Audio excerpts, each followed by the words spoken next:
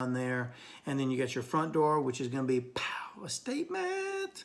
And then we got the back door, which is going to be the main door that Karen and I come through probably 99% of the time, because we're going to be parking the vehicles around on that side. And I don't want it to be a crappy door, so we'll probably try to find something really nice for that one as well.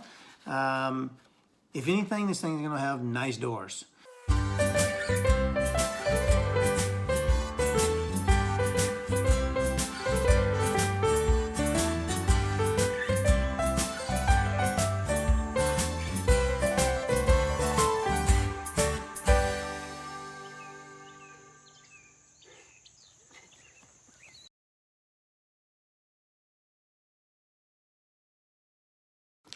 Hi everybody, it's Brian over here at the Little Orchard Farm. And in today's little video, I wanted to get everybody caught up in where we are, kind of what's going on. It's been a little over a week since, almost 2 weeks actually, since I posted a video, and it's just been crazy. We've got the house sold. We close on it tomorrow, and so we were in a mad scramble to try to get the house emptied out. But there's a couple of things I want to do today that I thought would be interesting to kind of show along the journey. We are getting ready to order all of the wall material, so I'll be giving Robbie a holler. And if you don't know who Robbie is or whatnot, take a look up here somewhere, and I'll provide a link to some of the videos from times past on where we are laying the foundation, getting our subfloor built. And Robbie was really key and huge, instrumental in assisting us in getting that done. But Robbie's going to give me a hand in ordering all of our wall material, as well as we need to start thinking through getting our doors and windows ordered. And so one of the things that Robbie sent me was several brochures on doors to a couple of manufacturers manufacturers that he works with. And so we're gonna go through these. I'm gonna show you a couple of the ones that have stuck out to me, and yeah, we're gonna choose doors today. All right, so this is what I thought we'd do. Kind of go through a few of these and just kind of toss some ideas out there about kind of what we're thinking, what we're looking at. For our front door, we wanted it to stay rustic. We wanted it to be a statement. You know, your front door is kind of the eyes to the world in terms of when folks come up. One of the first things they see is that front door. And so we want it to be nice, not plain, kind of drab. We want to really make a statement. And so there's one of the catalogs that Robbie asked me to look at is from Simpson Door Company. And so Simpson has a door in here, and I think, let me see here, the 4-panel, and I'm going to put a picture up for you.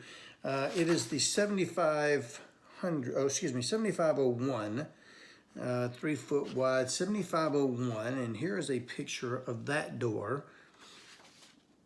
These doors come in Douglas fir. These are Douglas fir doors. Beautiful doors, just beautiful doors. And so we're going to take a look at that door. Internally, we've got a couple of different areas where the old barn doors are very much in the mix. And so there's a couple of places internally where I think that we could utilize barn doors. One of them is actually for our closets. And so where we have the closet, we could do either the trifold kind of doors, or we could do like a simple barn door kind of a deal. The thing about doing barn doors is that all I need is the hardware. I can build the doors. And so if we decide to do barn doors inside, I can panel up some doors pretty quickly and make this thing look really nice.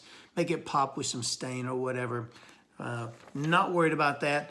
But I did want to get it, I did want to have it out so that when Karen and I talk about it, we can talk about the actual look of it. And that way, when we are deciding where each of these go, it'll really, you know, it'll really kind of pull it together. The back doors off of the bedrooms, as you can see here, both Karen, we have 2 bedrooms in here, our bedroom and another bedroom, and both of them have doors that are coming out, and we've got them kind of listed. We kind of got them listed as the French doors that open up. But there's a really nice sliding patio door that is from Atrium, and I think these would be just absolutely beautiful on the backside of each of those bedrooms. Also, we've got a couple of other places in the house that are going to need just regular closet doors or regular bedroom doors or whatever the case might be. And so I'm looking at something along this line, maybe like the Knotty Pine. This is a Knotty Pine 2-panel arch door, for example. I love it. I think it's rustic looking. I think it has some character on it. And we'll use probably Knotty Pine for some of the shiplap inside the house. So we're kind of, we're going to use this in multiple places, but I think this will look really good as potentially some internal doors.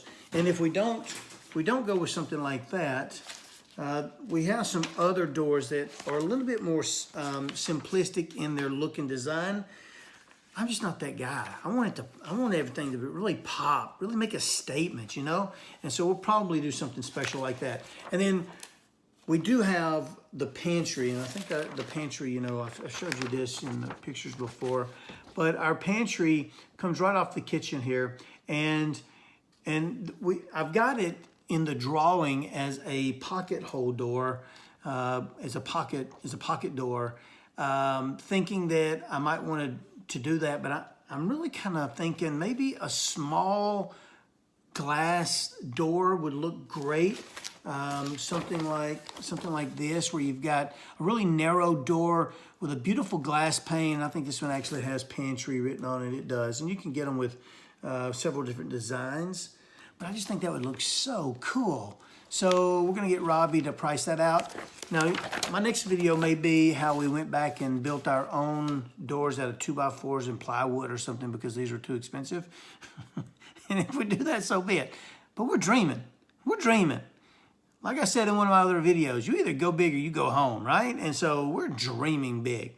This is not going to be the most expensive cabin you've ever seen in your life. In fact, we're paying it off as we go along.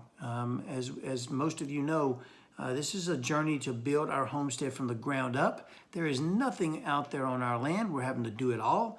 And the cabin, a place to dwell, is the first thing that we're doing. And we're paying this thing off as we go along, so that when we finish it, we'll have no debt.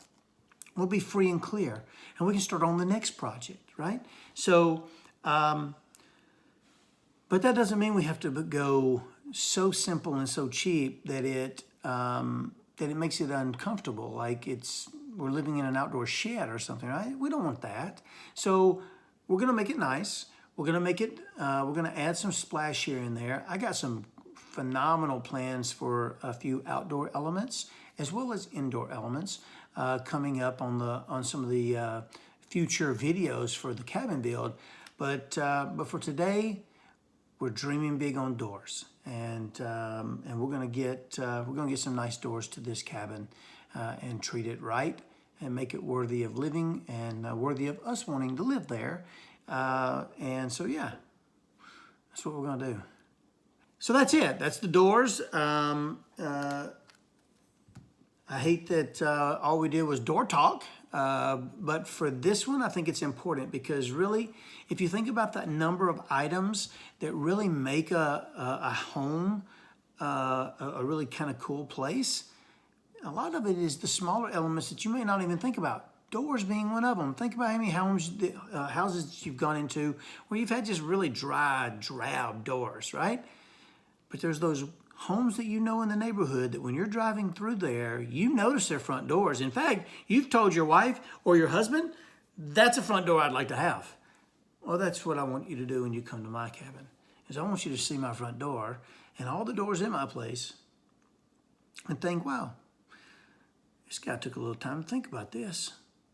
Hey, anyway, thanks for joining us today. Hope you had a good time, maybe learned a little something about what we're going to be doing with the cabin. We will be back out on site, working on the walls, working on the getting everything ready to have trusses delivered. So we're going to be full steam ahead. We got to get it built. And we look forward to having you joining us on that journey. So if you haven't already, pound that subscribe button at the bottom. Help me get to 1,000 subscribers. I would love to have you join us on that journey. And until next time, see ya.